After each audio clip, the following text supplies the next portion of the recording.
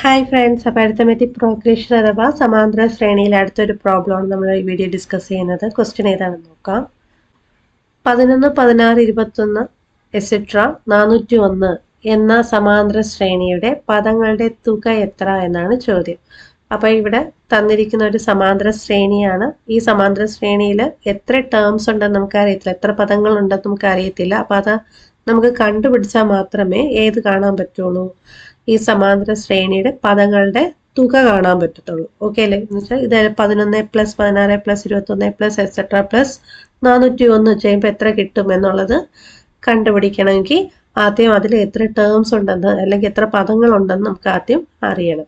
അപ്പോൾ അതിൻ്റെ 2 ഫോർമുലാസ് നമ്മൾ അറിഞ്ഞിരുന്നാലും നമുക്കിത് ചെയ്യാൻ പറ്റുള്ളൂ. അപ്പോൾ ആദ്യത്തെ ഫോർമുല എന്ന് പറയുന്നത് പദങ്ങളുടെ എണ്ണം കാണാൻ എന്ത് ചെയ്യുക, ഫോർമുല ഇത് പഠിച്ചു വെക്കുക. n = an - a/d + 1. an എന്ന് പറഞ്ഞാൽ ആ തന്നിരിക്കുന്ന സമാന്തര ശ്രേണിയിലെ അവസാന പദത്തിനെയാണ് an എന്ന് പറയുന്നത്. a എന്ന് പറയുന്നത് ആദ്യ പദം, പിന്നെ d എന്ന് പറയുന്നത് എന്താണ്, പൊതുവ്യത്യാസം. അപ്പൊ an - a/d + 1 ചെയ്യുമ്പോൾ നമുക്ക് പദങ്ങളുടെ എണ്ണം കിട്ടും. എന്ന് പറഞ്ഞാൽ n കണ്ടുപിടിക്കാൻ പറ്റും. ഇനി ഈ n കണ്ടുപിടിച്ചതിന് ശേഷം നമ്മുടെ സമാന്തര ശ്രേണിയിൽ അവസാനത്തെ പദം നമുക്കിവിടെ തന്നിട്ടുണ്ട് അല്ലെ, 401 പറഞ്ഞ് തന്നിട്ടുണ്ടായിരുന്നല്ലോ. അപ്പൊ അവസാനത്തെ പദം നമുക്ക് അറിയാമെങ്കിൽ SN സമ്മ് കാണാനായിട്ടുള്ള ഫോർമുല എന്ന് പറഞ്ഞാൽ പദങ്ങളുടെ തുക കാണാനുള്ള ഫോർമുല എന്താ, n/2 ഇൻറ്റു ആദ്യ പദം പ്ലസ് അവസാന പദം.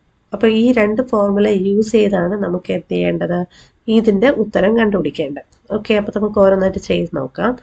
ആദ്യം നമുക്ക് n ആണ് ആവശ്യം അല്ലെ. അപ്പൊ നമ്മുടെ ക്വസ്റ്റ്യനില് 11 ആദ്യ പദം, 401 അവസാനത്തെ പദം. ഇതിന്റെ കോമൺ ഡിഫറൻസ് എത്രയാ വരിക, കോമൺ ഡിഫറൻസ് അല്ലെങ്കിൽ പൊതുവ്യത്യാസം എന്ന് പറയുന്നത് എത്ര വരും? പൊതുവ്യത്യാസം കാണാനായിട്ട് എന്ത് ചെയ്യുക, രണ്ടാം പദം മൈനസ് ആദ്യ പദമാണ്. ഇപ്പൊ രണ്ടാമത്തെ പദം എന്ന് പറഞ്ഞാൽ 16 ആണ്. 16ൽ നിന്ന് 11 മൈനസ് ചെയ്യുമ്പോൾ നമുക്ക് 5 എന്ന് കിട്ടും. അപ്പൊ ഈ ഒരു സമാന്തര ശ്രേണിയുടെ പൊതു വ്യത്യാസം അല്ലെങ്കിൽ d എന്ന് പറയുന്നത് ഇവിടെ 5 ആണ് എന്ന് മനസ്സിലാക്കാം. ഇനി നമുക്ക് n കാണാം. n കാണാനുള്ള ഫോർമുല ഇവിടെ കൊടുത്തിട്ടുണ്ട്. അവസാന പദം മൈനസ് ആദ്യ പദം ഡിവൈഡ് ബൈ പൊതുവ്യത്യാസം + 1. അപ്പോൾ അവസാന പദം 401 അല്ലേ, മൈനസ് ആദ്യ പദം 11 അല്ലേ, ഡിവൈഡഡ് ബൈ പൊതുവ്യത്യാസം നമുക്ക് 5 എന്ന് കിട്ടി. ഇതെല്ലാം ചെയ്തതിന് ശേഷം വേണം എന്ത് ആഡ് ചെയ്യാൻ, 1 ആഡ് ചെയ്ത് കൊടുക്കാനായിട്ട്. അത് തെറ്റിപ്പോകരുത്. ഓക്കെ അല്ലേ? അപ്പൊ 401 11 മൈനസ് ചെയ്യുമ്പോൾ നമുക്ക് 390 എന്ന് കിട്ടും. അതിന് 5 കൊണ്ട് ഡിവൈഡ് ചെയ്തതിന് ശേഷം ആ കിട്ടിയ വാല്യൂവിന്റെ കൂടെ വേണം 1 ആഡ് ചെയ്യാനായിട്ട്. സോ നമുക്ക് കിട്ടുക 390 5 കൊണ്ട് ഡിവൈഡ് ചെയ്യുമ്പോൾ 78 ആണ് കിട്ടുന്നത്. അതിൻ്റെ കൂടെ 1 കൂട്ടുമ്പോൾ എന്നിന്റെ വാല്യൂ നമുക്ക് 79 എന്ന് കിട്ടും. അതിന്റെ മീനിങ് എന്താ, ഈ സമാന്തര ശ്രേണിയിൽ എത്ര ടേംസ് ഉണ്ട് അല്ലെങ്കിൽ എത്ര പദമുണ്ട്, 79 പദങ്ങളുണ്ട്.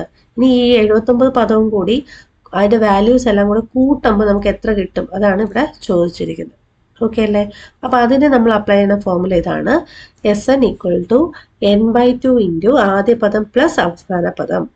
അപ്പൊ n എന്ന് പറഞ്ഞാൽ നമുക്ക് ഇവിടെ കിട്ടിയായിരുന്നല്ലോ 79 ആണ് അല്ലെ.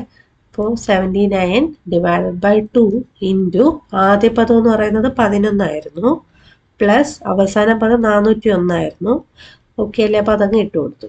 ഇപ്പൊ 79/2 ആദ്യം ബ്രാക്കറ്റിലുള്ളത് ചെയ്യണം. 11 401 കൂടി കൂട്ടുമ്പോൾ നമുക്ക് 412 എന്ന് കിട്ടും. ഇനി നിങ്ങൾ നോക്കുക, 79/2 ഇൻറ്റു 412 ആണ് അല്ലെ, ഇവിടെ ഇൻറ്റു ആണ്. അപ്പൊ ക്യാൻസലേഷൻ ഒക്കെ നമുക്ക് ഇവിടെ ചെയ്യാം. അപ്പൊ 2ഉം 412 നമുക്ക് എന്ത് ചെയ്യാം, ക്യാൻസൽ ചെയ്യാലോ. അല്ലെങ്കിൽ 412ന്റെ പകുതി എത്രയാണോ അതങ്ങ് എഴുതാം. 412 പകുതി എത്രയായിരിക്കും, 206. ഇനി 206ഉം 79 തമ്മിൽ മൾട്ടിപ്ലൈ ചെയ്ത് കൊടുക്കുക.